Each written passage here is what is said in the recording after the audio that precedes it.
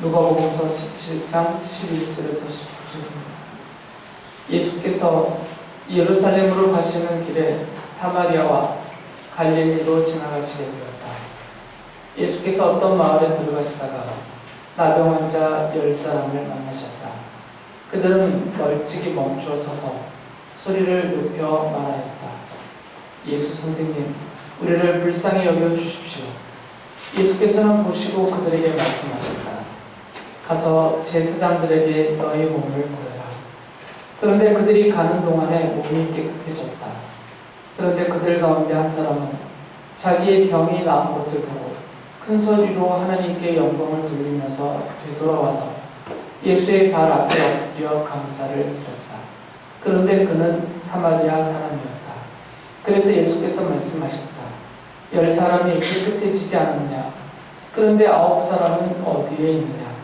하나님께 영광을 돌리러 되돌아온 사람은 이 이방 사람 한 명밖에 없느냐? 그런 다음에 그에게 말씀하셨다. 일어나서 가거라. 내 믿음이 너를 구원하였다.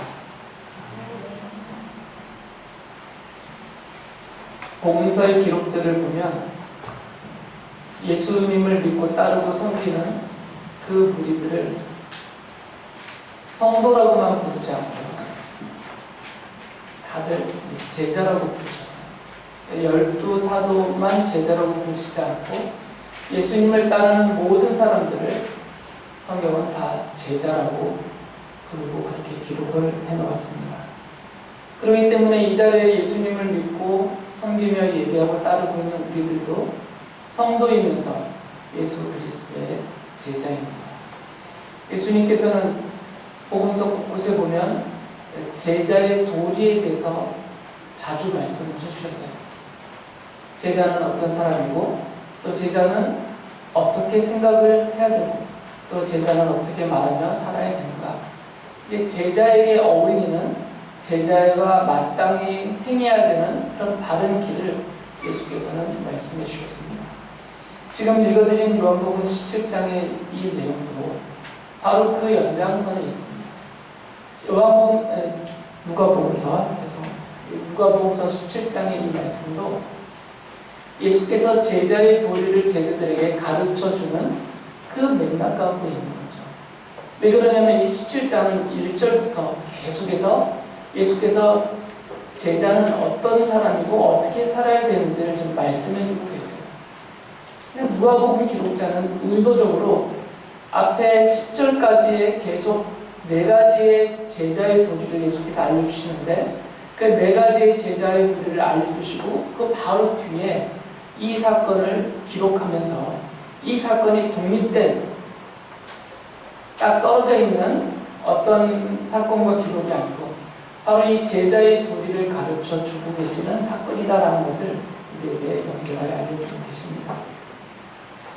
11절부터 읽어드렸던 이 본문을 설명해드리기 전에 그렇기 때문에 제가 앞에 말씀드린 1절부터 10절까지의 내용 바로 이 제자의 도리, 예수께서 말씀하시는 제자의 도리에 대해서 하나하나 살펴보려고 합니다. 물론 이 4가지 중에 하나하나가 한 편의 설교가 되어야 돼요. 사실은 중요한 내용들이기 때문에. 그런데 제가 다른 성경 또 다른 복음서를 말씀을 드릴 때 여러 차례 이 부분들에 대해서 풀어서 설명을 해드렸기 때문에 4편의 설교를 다시 할 수는 없고요. 핵심만 요약해서 말씀을 드리려고 합니다. 먼저 17장 1절부터 2절까지 보면 예수님께서는 제자들에게 제자라면, 나를 따르는 제자라면 다른 사람을 죄짓게 하지 말라라고 말씀하셨어요. 아까 읽어드렸지만 다시 한번 읽어드리겠습니다. 누가복음서 17장 1절 2절을 보면 걸려 넘어지게 하는 일들이 생기지 않을 수는 없지만 그러한 일들을 일으키는 사람은 화가 있다. 이 작은 사람들 가운데 하나를 걸려 넘어지게 하는 것보다 차라리 자기 목에 큰 맷돌을 매달고 바다에 빠지는 것이 나을 것이다 라고 말씀하셨어요. 이 걸려 넘어지다라는 표현을 더 옛날 성경의 번역을 보면 실족해 하다라는 표현을 썼고요. 사실 이것의 본뜻은 죄를 짓게 만든다는 뜻이 더 강하게 담겨져 있습니다. 단순하게 실망하여 넘어지게 하는 정도가 아니라 그 실족한다, 걸려 넘어진다라는 표현은 죄를 짓게 만든다라는 표현입니다. 예수님의 제자는 자기 자신도 죄를 짓지 않으려고 애를 써야 될 뿐만 아니라 자기의 말과 자기 행동과 자기의 생활을 통해서 다른 사람이 죄를 짓게 되는 일을 해놓으면 안 된다는 거죠. 더 나아가서 적극적으로 다른 사람을 죄짓게 만들기 위해서 그 사람을 유혹하거나 미혹하거나 조장해서는 더욱더 안 된다는 말씀입니다. 사도 바울은 로마서 14장 21절에서 이렇게 권합니다. 고기를 먹는다든가 술을 마신다든가 그 밖에 무엇이든지 형제나 자매를 걸려 넘어지게 하는 일은 하지 않는 것이 좋습니다. 그러면서 고린도전서 8장 13절에 보면 이렇게 말해요. 그러므로 음식이 내 형제를 걸어서 넘어지게 하는 것이라면 그가 걸려서 넘어지지 않게 하기 위해서 나는 평생 고기를 먹지 않겠습니다. 이게 참 제자의 도리이기 때문에 나에게는 아무 문제가 안 될 수 있지만 내가 행하는 그것 때문에 그러한 나의 모습을 보고 다른 사람이 죄를 짓게 되거나 낙심하게 되거나 또는 더 적극적으로 나보다 더 심한 상태의 죄에 빠지게 된다면 그거는 나에게 책임이 있다는 거죠. 그러니까 제자의 도리가 아니다라는 거죠. 그래서 사도 바울이 이처럼 사실 고기를 먹는 거 아무 문제가 없는 거거든요. 그런데 그 당시 사람들은 이 고기가 우상에게 바쳐졌던 제물을 시장에다 내다 판 고기이기 때문에 이게 우상의 제물을 사도 바울이 먹는다. 그래서 사도 바울이 먹었으니까 나도 먹어도 되겠지 하고 먹었다가 바울 정도의 그런 믿음이 없고 그런 복음 안에서 참 자유를 누리지 못하는 성도가 막상 따라서 먹어놓고서 마음에 찔림이 있다는 거죠. 내가 우상의 제물을 먹었구나. 내가 우상을 섬겼구나. 이것 때문에 내가 벌을 받지 않겠구나. 이런 근심과 염려에 빠진다면 바울 자신에게는 이게 아무 문제가 없지만 내가 그 형제를 위해서 다른 사람을 위해서 나는 아예 평생 고기 안 먹어버리겠다 라고 말씀을 했습니다. 이게 제자의 도리이기 때문입니다. 두 번째로는 3절부터 4절까지 해서 예수께서 이렇게 말씀하셨어요. 너희는 스스로 조심하여라. 믿음의 형제가 죄를 짓거든 꾸짖고 회개하거든 용서하여 주어라. 그가 내게 하루에 7번 죄를 짓고 7번 내게 돌아와서 회개하오 하면 너는 용서해 주어야 한다. 예수께서는 특히 믿음의 형제, 함께 신앙생활을 하고 있는 믿음의 형제가 죄를 짓고 있다면 내버려두면 안 된다는 거죠. 그건 용서가 아니다라는 거죠. 꾸짖어서 바로 잡으라. 꾸짖어서. 나와 가까운 믿음의 형제가 본인이 의도적이든 또는 부주의했던 어떤 죄를 짓고 있으면 그 사람에게 그것을 깨우쳐 알려주고 그가 그 행실에서 벗어나도록 그를 바로 잡아주라는 거죠. 그냥 무조건 덮어주는 게 용서다라는 것이 아닙니다. 보고도 모른 체 하는 것, 알면서도 그냥 혼자만 참고 넘어가 주는 것, 이런 것들은 용서가 아닌 거죠. 그거는 방임이고 방관이고 무책임한 행동이기 때문에 예수께서는 제자들끼리 제자들은 서로 그 사람의 잘못된 행실을 명백하게 드러내는 나의 추측 정도가 아니라 명백하게 드러난 어떤 잘못이 있다면 그것이 죄의 성격이 분명하다면 그 부분에 대해서는 꾸짖고 바로잡아 주어야 된다라고 말씀하셨어요. 그러면서 그 과정에서 그 사람이 만약에 나의 권면이나 꾸짖음 바로잡음에 대해서 그가 동의를 해서 자기가 깨닫고 뉘우친다면 용서해 주라. 그러면서 예수께서 그것은 그 사람이 나에게 지은 죄다라고 좀 규정을 해주셨죠. 그 사람이 나에게 직접적으로 지은 죄가 있다면 이 사람을 바로잡고 꾸짖어서 그가 깨우치고 스스로 뉘우쳐서 나에게 와서 미안하다, 내가 잘못했다, 내가 그렇게 어리석었다라고 고백을 하고 용서를 구할 때는 토도 달지 말고, 한마디에 토도 달지 말고 완전하게 용서해 주라고 말씀하셨어요. 이것이 왜 완전한 용서냐면 그 사람이 하루에 나에게 7번 죄를 짓고 또 7번 나에게 와서 용서를 구하더라도 7번 다 용서해 주라고 하셨어요. 여기서 말하는 7번은 숫자적인 7이 아닌 거 아시죠? 완전히 모든 것을 다 용서해 주라라는 말씀이에요. 사도 바울은 이렇게 서로 용서하는 것에 대해서 기준을 정해주셨습니다. 그 기준은 골로새서 3장 13절인데 누가 누구에게 불평할 일이 있더라도 서로 용납하여 주고 서로 용서하여 주십시오. 주님께서 여러분을 용서하신 것과 같이 여러분도 용서하십시오. 용서의 기준은 나의 상태가 아닙니다. 내가 기분이 좋고 내가 얼마든지 그 사람을 용서해 줄 만한 그러한 상태에 있을 때에는 용서를 쉽게 해주고, 내가 기분이 너무 안 좋고 내 몸도 힘들고 그냥 말 듣기도 귀찮을 때는 용서를 안 해주고, 이렇게 해서는 안 된다는 거죠. 용서를 구하는 사람을 향해서는 그 기준이 나의 상태가 아니고요. 그 기준은 바로 예수 그리스도의 십자가라는 겁니다. 예수께서 십자가에서 나를 용서해 주신 것과 같이 형제를, 이웃을 용서해야 된다는 말씀입니다. 예수 그리스도의 십자가가 용서의 절대적인 기준이기 때문입니다.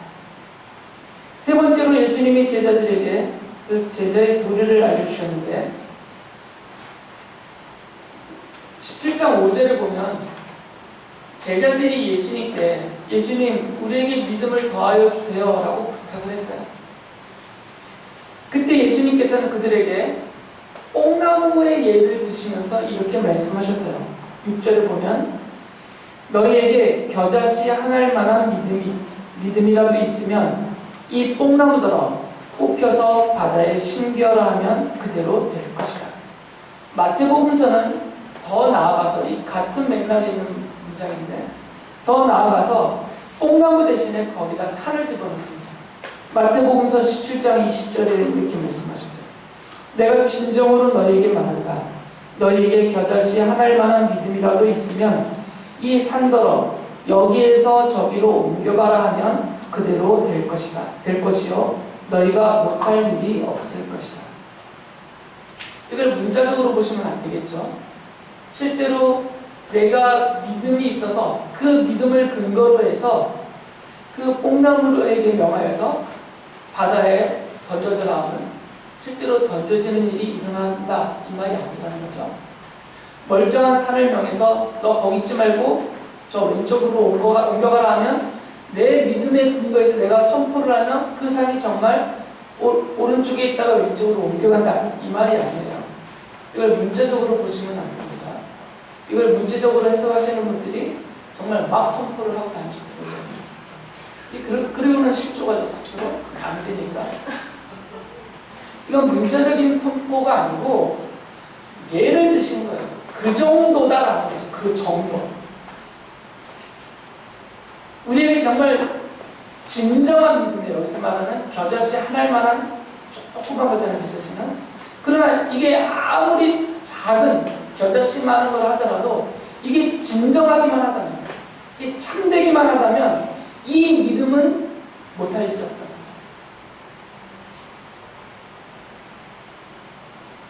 하지만 예수께서는 안타까우셨습니다. 누가복음서 18장 8절에서 이렇게 안타까워하시면서 말씀하셨어요. 그러나 인자가 올 때 세상에서 믿음을 찾아볼 수 있겠느냐. 희박하다. 예수께서 오실 마지막 때에는 믿음을 찾기가 정말 어렵다는 거죠. 이런 진정한 믿음, 이런 참된 믿음을 찾아보기가 너무너무 어렵다라고 말씀하셨습니다. 그렇게 될 것이다라는 거죠. 이것은 믿음으로 사는 것이 너무너무 어려운 걸 아시기 때문에 이렇게 말씀을 하신 것입니다. 아무리 신실한 성도요 그리스도의 제자로 애쓰고 사는 사람이라 하더라도 정말 이 믿음으로 살아가는 것은 쉽지 않습니다. 우리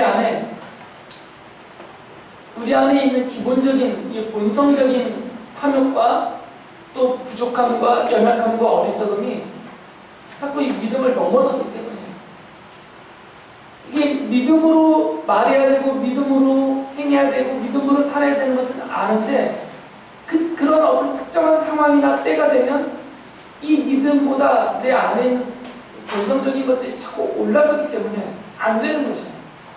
저도 역시 잘 안 돼요.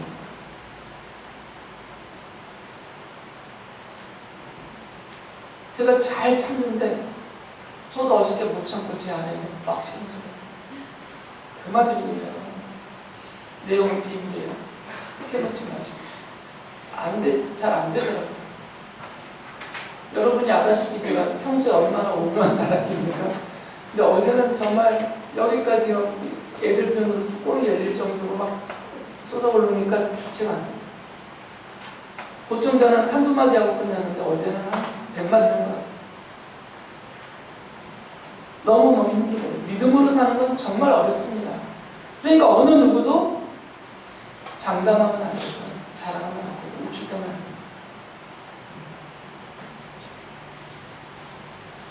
그래서 더더욱 이 믿음이라는 것은 제자들이 꼭 필요한 이 제자의 도의 가장 핵심이 되는 거죠. 가장 중요한 도입니다. 이 겨자씨 하나만큼밖에 안 되더라도 그것이 참되기만 하다면 정말 진정하기만 하다면 제자로 살아갈 수 있다는 거죠. 근데 그게 너무나 어려운 것이죠. 고린도후서 5장 7절에서 사도 바울이 진정한 제자로 사셨던 사도 바울이 이렇게 말합니다. 우리는 믿음으로 살아가지 보는 것으로 살아가지 않습니다. 이게 차이예요. 믿음으로 사는 참 그리스도의 제자는 이 보는 것을 따라 살지 않는다는 거죠. 현상을 따라가지 않는다는 거죠. 눈에 보이는 사람을 따라가지 않고 손에 잡히는 재물을 따라가지 않고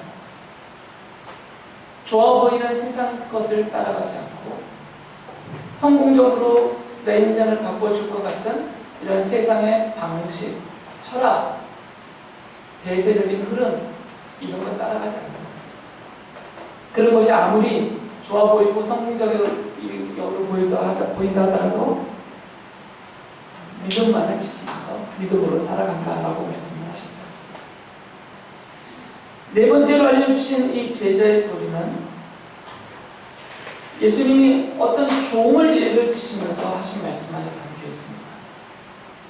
한 종을 예를 드시면서 어느 집에 종이 있는데 주인이 이 종에게 집안일이든 아니면 자기의 주인의 일들을 맡겼을 때 종이 열심히 그 일을 했어요. 만약에 게으르게 그 일을 제대로 못하면 주인이 돌아왔을 때 크게 책망을 받겠죠. 그런데 이 종은 지혜롭게 그리고 성실하게 주인이 명령한 것들을 다 행했습니다. 그럴 때 주인이 돌아와서 이 종에게 너가 수고했으니까 나와 함께 앉아서 같이 식사하자. 아니면 너 이제 수고했으니까 가서 편하게 좀 쉬어라. 이렇게 말하지 않는다는 거예요. 집으로 돌아온 주인은 그 종에게 뭐라고 하냐면 내가 외출하고 갔다 왔으니까 너 물을 따라 내 발을 닦아라. 내 옷을 갈아입도록 도와줘라. 내가 배가 고프니까 먹을 것을 차려서 내어라. 일을 또 시킨다는 거예요. 칭찬도 안 해줘. 그럴 때 이 종이 그 주인을 향해서 이러실 수 있습니까?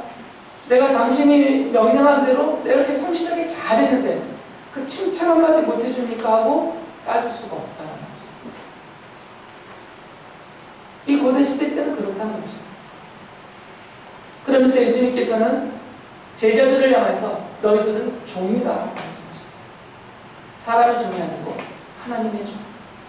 너희들은 하나님의 종이다.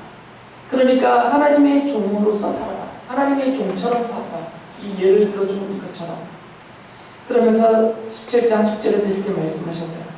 이와 같이 너희도 명령을 받은 대로 다 하고 나서 우리는 쓸모없는 종입니다. 우리는 마땅히 해야 할 일을 하였을 뿐입니다. 하여라. 자기의 공로로 그것을 드러내지 말아요. 집에 있는 종이 마당을 쓸었다고 그게 공로가 되지 않습니다. 그 종이 마땅히 해야 될 일이기 때문에. 고되게 집안일을 했다고 해서 그게 그 종의 공로가 되지가 않고요. 인정받지도 못합니다. 주장할 수도 없는 것이에요. 자기가 마땅히 해야 될 일이기 때문에. 종의 신분으로서. 제가 종을 비하하는 게 아니라 원리적인 것을 말씀드리는 거예요. 제자들도 하나님의 종이기 때문에 하나님의 명령을 받고 사는 사람이에요. 그러면 하나님이 그들에게 하라고 한 명령이 있어서 그 명령을 다 지키고 순종했을 때 제자들이 고개를 빳빳이 들고 어김주면서 하나님 내가 이거 했습니다. 저거 했습니다. 하고 자랑할 수가 없다라는 거예요. 오히려 그때 겸손히 고개 숙이면서 저는 쓸모없는 종입니다. 마땅히 행해야 할 바를 했을 뿐입니다. 라고 자신을 가리라. 야고보 장로는 야고보서 4장 16절에서 이렇게 말씀하셨습니다. 그런데 여러분은 지금 우쭐대면서 자랑하고 있습니다. 그와 같은 자랑은 다 악한 것입니다. 성도요 제자들이 제자이면서 성도들이 교회에 함께 모여있는 형제들이 서로 우쭐대고 서로 자랑한다는 거죠. 목사는 내가 설교 이렇게 잘했다 자랑하고, 찬양팀은 나는 이렇게 찬양 연주 잘했고 노래 이렇게 잘했다 자랑하고, 물론 칭찬해요. 여러분 하시는 거 아니에요. 오늘 수혁이 소연이 찬양 너무 멋있었어요. 소연이는 다음부터 마이크를 좀만 더 가까이 대주면 더 아름답게 소리가 크게 들릴 거야. 칭찬해서 나쁜 명이 해주는 거 아니에요. 자랑할까봐 얘기해요.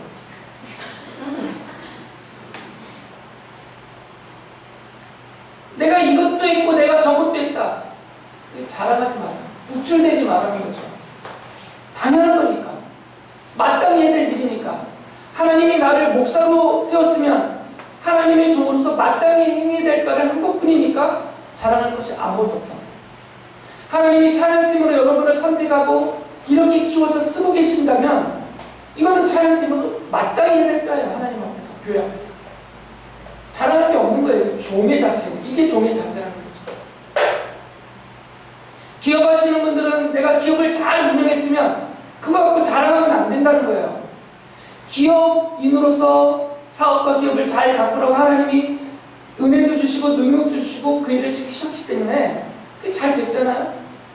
그럼 하나님께만 영광을 드린다는 거죠. 우쭐대거나 자랑은 아닙니다. 그런데 교회 안에서 지금 우쭐대고 자랑하고 있다고 야고보 장로가 책망하고 있는 것이죠. 그게 얼마나 악한지 모르냐라고 책망하는 거예요. 종이 종의 신분을 뛰어넘는 행위이기 때문에 악한 것이 된다는 것입니다. 베드로 사도는 베드로전서 2장 16절에서 우리들에게 하나님의 종으로 살라라고 명령합니다. 여러분은 자유인으로 사십시오. 그러나 그 자유를 악을 행하는 구실로 쓰지 말고 하나님의 종으로 사십시오. 사실 우리는 신분적으로 종도 아니고 종살이하지도 않습니다. 왜 그러냐면 내가 하고 싶은 대로 살기 때문에, 우리에게 자유가 있기 때문에. 특히 죄와 악을 이긴 더 큰 자유가 우리에게 있습니다. 우리가 지은 죄에 대해서 하나님은 책임을 묻지 않으시고 그것으로 인해서 우리를 지옥의 영원한 형벌의 처소로 우리를 보내지 않습니다. 그러니까 죄와 사망과 영원한 죽음으로부터, 지옥으로부터 우리는 이미 자유했어요. 그런데 이게 자유로워졌다고 해서 마음껏 죄짓지 말라는 거죠. 그 대신에 하나님의 종으로 살아가는 거죠. 자기의 신분을 알아서. 내가 성도이며 그리스도의 제자이며 하나님의 종이기 때문에 나는 나의 생명의 주인이시고 나의 창조주인이시고 나를 다스리고 이끌어주시는, 돌봐주시는 은혜의 주인이신 우리 주 하나님을 향하여서 늘 종의 자세를 갖고 그분의 뜻을 따라 살아야 된다는 거죠. 이게 제자의 도리다라는 것입니다. 여기까지 말씀하시고 나서 이제 제가 본문을 읽어드린 본문에 이 사건이 추가로 기록되어져 있는 거죠. 내용을 짧게 다시 말씀드리면 예수님께서 예루살렘으로 가시려고 했어요. 예수님 전 이스라엘의 북쪽 갈릴리 지방에 계시는데 남쪽에 예루살렘이 있기 때문에 예루살렘으로 가시려고 하다가 이 갈릴리와 유대 남쪽 예루살렘 중간에 사마리아가 있는데 그 갈릴리와 사마리아 요 중간길이에요. 이 중간길에서 어떤 마을에 들어가셨는데 그 마을에 들어가실 때 10명의 나병 환자를 만나셨습니다. 이 10명의 나병 환자는 예수님께 가까이 올 수가 없어요. 이 율법에 가까이 하면 안 됩니다. 사람들이 가까이 오면 돌을 던져서 멀리 쫓아내기 때문에. 그러니까 예수님과 멀찍이 떨어져서 예수님께서 들으시도록 큰 소리로 예수님께 부탁을 했어요. 우리를 불쌍히 좀 여겨주세요. 우리를 불쌍히 여기셔서 우리의 이 나병을 고쳐주세요라고 간청을 했습니다. 예수님께서는 그들의 소리를 들으시고 그들을 향해서 너희들 제사장들에게 가서 너희의 몸을 보여라라고 말씀하셨어요. 고쳐주지도 않으시고 예수님께서는 그 율법에 기록되어 있는 특히 레위기 14장 2절부터 32절에 기록되어져 있는 나병 환자가 그 병이 다 나았을 때, 다 고쳐졌을 때 어떻게 해야 되냐라는 정결예법이 이 레위기 14장에 기록이 되어 있는데 그 정결예법대로 이 나병 환자 10사람에게 시키신 거예요. 자기의 나병이 깨끗하게 나은 사람들은 제사장들에게 가서 자기 몸을 보이면 제사장이 그 몸을 잘 사상시 살피고 관찰해서 나병이 안 보일 때 제사장이 사람들 앞에서 선언을 해주게 됩니다. 이 사람의 나병이 나았다. 그리고 이제 이 사람은 정결 예식을 치러야 됩니다. 제물을 바치고 제사를 지내고 또 이런 것들. 그러니까 그 율법대로 예수님이 이 10사람을 너희들 제사장들에 가서 이 레위기 율법대로 너희들의 몸을 보여라라고 하신 거죠. 예수님이 이미 내가 너희를 고쳤다라는 말씀을 하신 거죠. 그러나 제사장들에게 너희 몸을 보여라 하신 그 말씀을 하신 그때 이들이 고침받은 건 아닙니다. 왜 그러냐면 누가복음서는 뒤에 보면 이 사람들이 14절에 보면 제사장들에게 가던 중에 예수님의 말씀을 듣고 제사장들을 향해서 가는 그 중에 몸이 낫다고 했어요. 예수님이 말씀하셨을 때는 낫지 않았습니다. 그 말씀을 듣고 가다가 난 거예요. 물론 이분들의 믿음에 대해서는 우리가 단정 짓기는 어렵습니다. 이들이 어떤 믿음이 있었길래 걸어가는 중에 자기들의 몸은 여전히 고쳐지지 않은 상태에서 걸어가고 있는 거거든요. 어떻게 갈 수 있었는가? 그거에 대해서는 우리가 단정하기는 어렵습니다. 그러나 복음서 기록만 본다면 이 사람들은 다 나았어요. 가는 길에 10명이 다 나았습니다. 그런데 그 중에 한 사람만, 나머지 9명이 가버렸고 한 사람만, 누가복음서는 그 사람을 사마리아 사람이라고 부르는데 그 이방인이라고 부르는 사마리아 사람 한 명만 큰 소리로 하나님께 영광을 돌리면서 예수님께 돌아와서 예수님의 발 앞에 엎드려서 예수님께 감사를 드렸어요. 이것을 보면 이 사마리아 사람이 예수님께 즉시 바로 돌아올 수 있었던 것을 보면 아마도 이건 제가 추측하는 거예요. 예수님이 제사장들에게 너희의 몸을 보여라라는 말씀을 듣고 하신 말씀을 듣고 이들이 가던 길에 얼마 가지 않아서 깨끗해진 것 같아요. 그러니까 즉시 돌아올 수 있었고 예수님 앞에 바로 부를 수가 있었죠. 그때 예수님께서는 이 돌아와서 예수님 당신께 엎드려 감사하고 있는 그 사마리아 사람을 칭찬하시면서 그에게 이렇게 말씀하셨어요. 19절에 보면 일어나서 가거라. 내 믿음이 너를 구원하였다. 예수님은 나머지 그냥 가버린 9명에 대해서는 책망을 하셨죠. 모두가 10사람이 고침을 받았는데 돌아온 사람은 이 이방인 사마리아 사람 한 명밖에 없느냐 하시면서 그들을 책망하셨어요. 그리고 이 사람을 칭찬하신 거죠. 저를 포함해서 우리 모든 사람 절박할 때, 뭔가 절박할 때는 조금의 가능성에도 기대를 합니다. 조금의 가능성. 뭐 최소한 50%는 돼야지 기대를 이루지 않습니다. 단 1%의 가능성만 있어도 내가 너무너무 절박하면 그것을 찾습니다.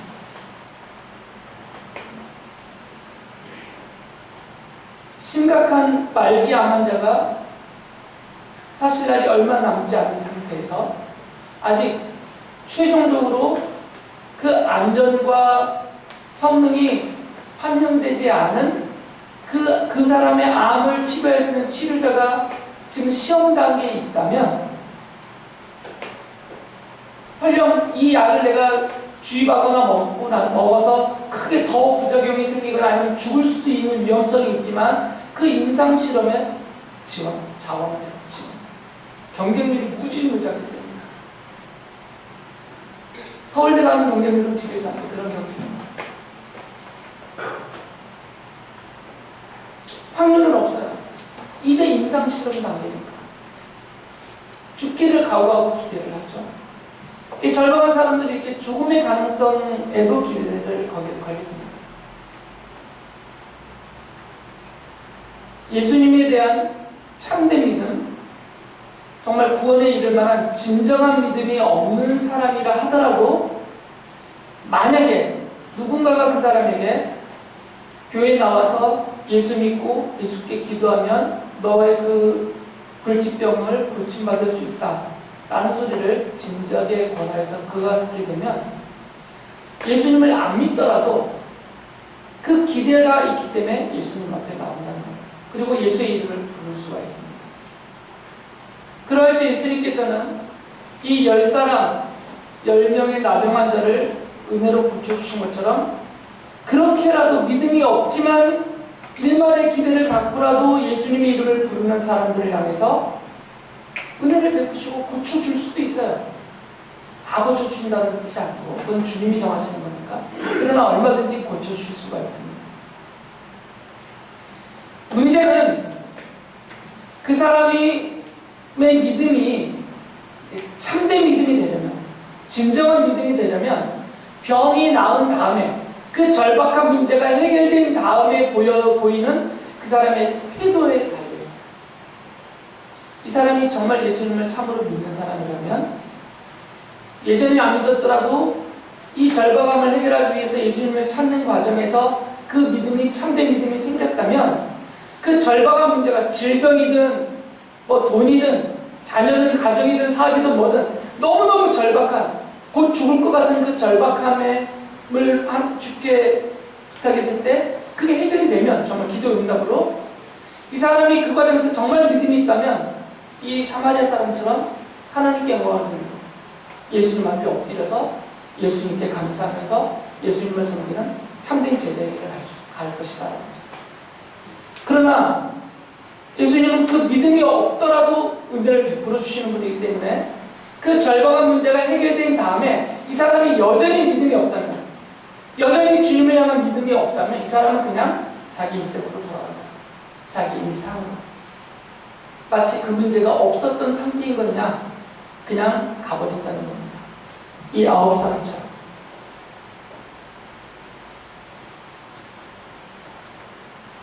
많은 사람들이 예수님의 이름을 부르면서 간구하고 그리고 그 예수님의 이름의 능력과 은혜로 응답을 받습니다. 모든 면에서. 그러나 그 응답받은 모든 사람이 응답하신 하나님께 영광을 돌리는 것은 아니에요. 하나님께 영광을 돌리는 분도 있고 그냥 자기의 일상적인 생활로 그냥 가버리시는 분이 있어요. 그렇게 응답을 받았던 모든 사람들이 다 예수님 앞에 엎드리는 것이 아니고 다 예수님을 믿고 섬기는 제자의 삶을 사는 것이 아니고 일부만 그러고 또 나머지 사람은 마치 아무 일이 없었던 것처럼 그냥 자기의 일상으로 가버린다는 거죠.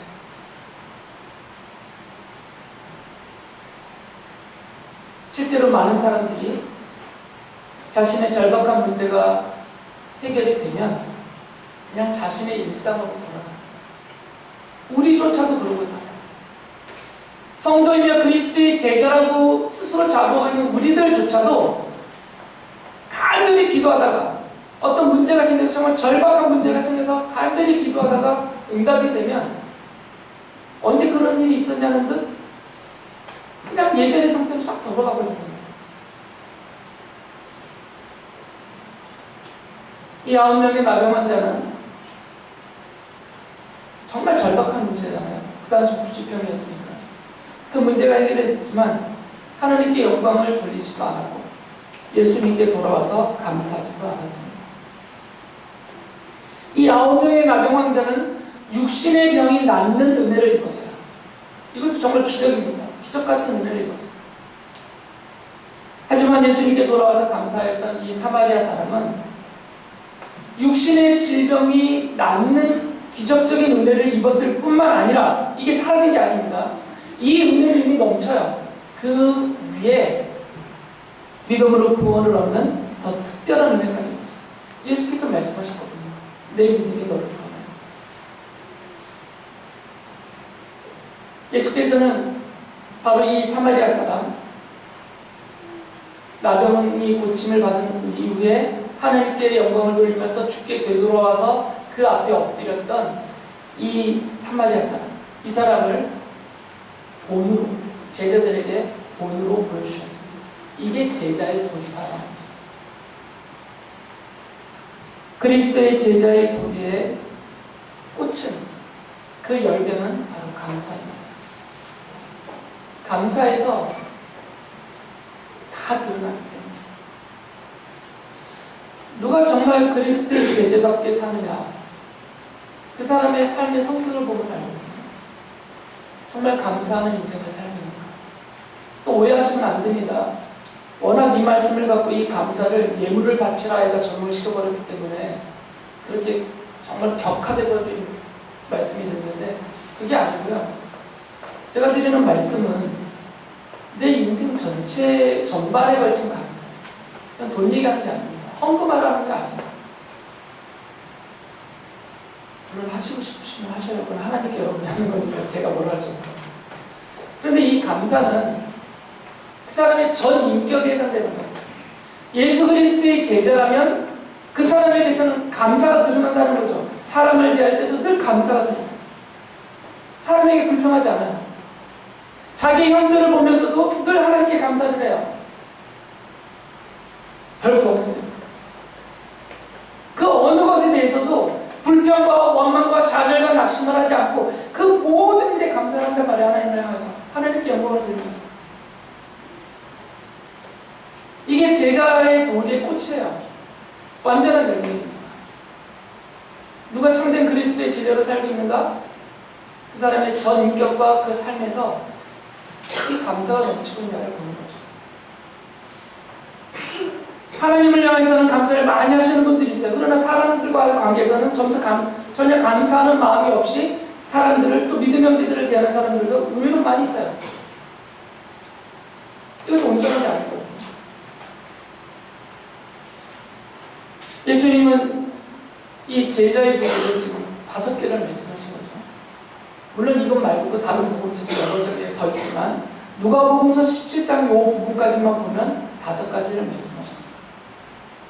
다 기억하시겠지만 다시 한번 다짐을 해드리면, 첫째는 예수님의 제자는 뭐 하면 안 된다고요? 다른 사람을 죄짓게 하면 안 된다는 거죠. 자기 죄 짓는 죄에 빠지지 말고. 두 번째는 서로 용서하고. 기준은 뭐라고요? 나의 상태가 아닙니다. 예수님께서 십자가에서 나를 용서하시는 것이 기준입니다. 세 번째는 믿음으로 살아. 그리고 네 번째는 하나님의 종으로 살아. 그리고 5번째는 감사하며 살아. 이게 주님을 따르는 제자의 도리입니다. 이 자리에 있는 여러분들은 구원받은, 하나님의 택하심을 받은 하나님의 백성이며 자녀이며 거룩한 우리 성도입니다. 그리고 또 우리의 본질적인 또 다른 신분은 그리스도의 제자입니다. 그렇기 때문에 성도인 우리들은 예수 그리스도의 제자로서 그리고 하나님의 종으로서 하나님께 영광을 돌리면서 이 사마리아 사람을 늘 기억하면서 믿음으로 순종하며 그리고 감사하며 사는 진정한 그리스도의 제자들을 다 되시기 바랍니다.